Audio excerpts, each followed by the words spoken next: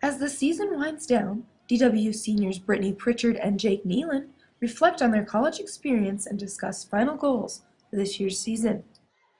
The thing I like most about my teammates is how closely knit we are. We hang out all the time on and off the floor. We get along great, and we play well together as a team. The best college experience that I've had since I'm a transfer kid. I love the atmosphere on campus, how the teachers are so involved, and the athletics here have been the best part of my experience so far. I think my teammates are a big part of that. They're all like sisters to me. If you're having a bad day, you can count on one of them to come and make you smile or pat you on the back. I mean, they're always there for you. You can always give them a call. They'll do anything for you. So it's a great group of girls to work with. It's the best group of girls I've ever played for and played with. So it's been nice. Alongside Pritchard is senior Shannon Vandermeer. Vandermeer is a fourth-year player for the Tigers and plays a huge part vocally for the team. Pritchard and Vandermeer are the lone seniors on the Tiger squad. Grad assistant men's basketball coach Xander Tash shares a little about the impact this year's seniors have on the team. Losing these seniors is going to be a tough thing for the program to deal with. Anytime you lose guys that have played on winning teams and gone to the national tournament multiple years in a row, you're definitely going to lose that, the foundation of your program. So it'll be a lot to try to deal with and overcome, but hopefully with a strong recruiting class we'll be able to do that. As far as Herm, obviously he had a disappointing season this year with the broken leg, and you know, it wasn't probably how he had pictured his senior season, but he's always been a great guy as far as locker room goes. He's been huge for us on the bench as far as cheering and just making sure everyone's on the same page. He's very vocal, and we'll definitely miss his leadership as well.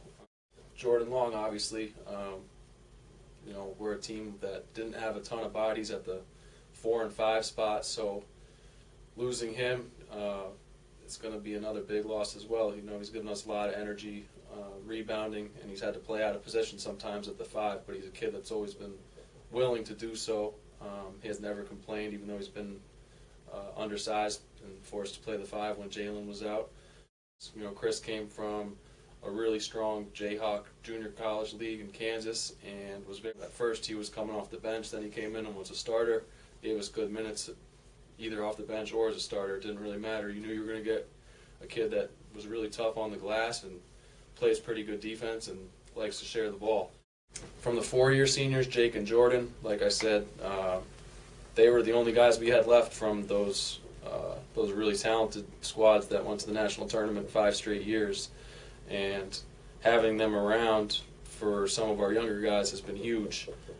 They were great mentors to them, and hopefully those guys can, you know, as the season's just coming to an end, the young guys can keep learning from them and take some of that stuff with them next year. Approaching tournament time, Nealon, Pritchard, as well as Coach Tash all have goals set to accomplish.